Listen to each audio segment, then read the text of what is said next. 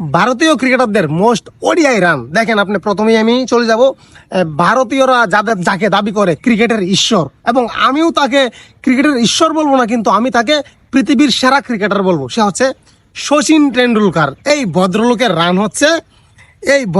Run 18,426 run.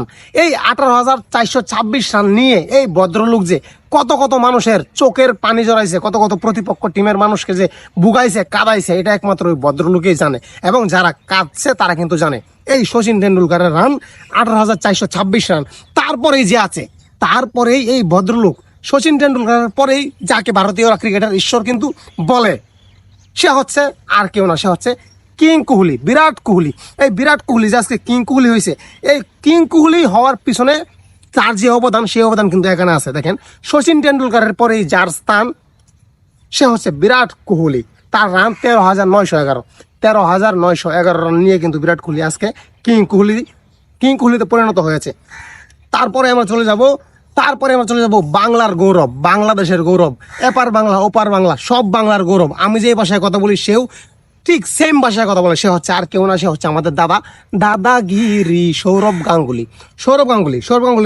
দাদার run হচ্ছে 11,221 run, 11,221 এই কাপ্তানের রান। তারপরে আমরা চলে যাব হিটম্যান রোহিত শর্মা। সে যে আজকে হিটম্যান, তার প্রমাণ কিন্তু এখানে দেখেন যে সৌরভ গাঙ্গুলির পরে কিন্তু আছে।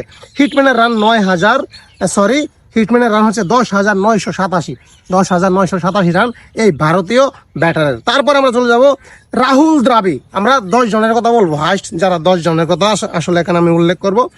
রাহুল দ্রাবিড় 10,768 রান। তারপরে রাহুল দ্রাবিড়ের পরে মাহি ভাই, MS ধোনি, অনেকে ভালোবেসে তাকে বলে মহেন্দ্র সিং ধোনি।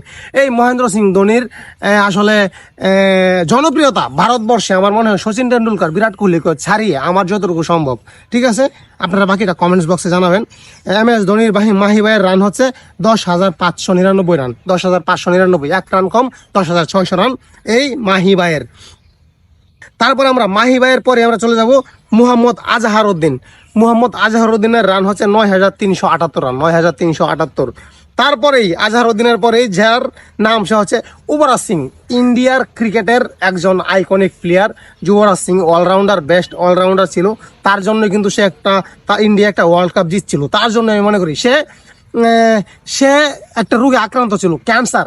তার যখন ক্যান্সার, মৃত্যুর সাথে সে পাঞ্জা লড়তেছে, তখনও কিন্তু তার বাবা ঢেলে দিয়েছিল যে যা গিয়ে খেল, নো প্রবলেম। হ্যাঁ, ঠিক আছে, সে একজন যোদ্ধা। যুবরাজ সিং সে যখন ওয়ার্ল্ড কাপ খেলতে যায়, তার গলা দিয়ে ব্লাড বের হচ্ছিল, এই অবস্থায় কিন্তু সে খেলছে, দেশের জন্য খেলছে। তাকে আমার পক্ষ থেকে স্যালুট, হাজার হাজার স্যালুট। যুবরাজ সিং, তার রান 8,609 রান, 8,609 যুবরাজ সিং। তো তারপর আছে হিটম্যান, আবার কিন্তু হিটম্যান বীরেন্দ্র সেহবাগ। এই বীরেন্দ্র সেহবাগের মাথাটা সবসময় গরম থাকে রে ভাই, বুঝলি না? সে ব্যাটিংয়ে ওঠার সময় এরকম ভাবে উঠে, সে কি রেসলিং খেলার জন্য উঠতেছে নাকি ক্রিকেট খেলার জন্য, এটাই বুঝি না। ব্যাটার শরীরে সবসময় রক্ত টকবক করে। যেমন ব্যাটার ব্যাটিংয়ের ধরন, তেমন তার সবকিছু। তার কথা বলার স্পিডও কিন্তু একদম অন্য লেভেলের। হ্যাঁ, লুকিয়ে ফুসকিয়ে চুপি কিছু সে বলে না। এই বীরেন্দ্র সেহবাগ যা বলে একদম স্ট্রেট, একদম সরাসরি বলে দেয়। কেউ রাগ করলে করুক, কেউ ভালোবাসলে বাসুক বা না বাসুক, এই বীরেন্দ্র সেহবাগ আমার পছন্দের মানুষ, কারণ সে সামনাসামনি সত্যি কথা বলতে ভালোবাসে। বীরেন্দ্র সেহবাগের রান হচ্ছে 7,995 রান, 7,995 রান। প্রায় 10 জন হয়ে গেছে অলরেডি। তো আজকের ভিডিওটা আপনাদের কেমন লেগেছে অবশ্যই জানাবেন। যারা না জানতেন যে ভারতীয় ক্রিকেটারদের কোন ক্রিকেটারের মোস্ট রান কত ছিল ক্যারিয়ারের, আজকে এই ভিডিওতে আশা করি আপনারা জানতে পেরেছেন। ধন্যবাদ সবাইকে। ভিডিওটা ভালো লাগলে কিন্তু লাইক, কমেন্ট, শেয়ার করতে ভুলবেন না।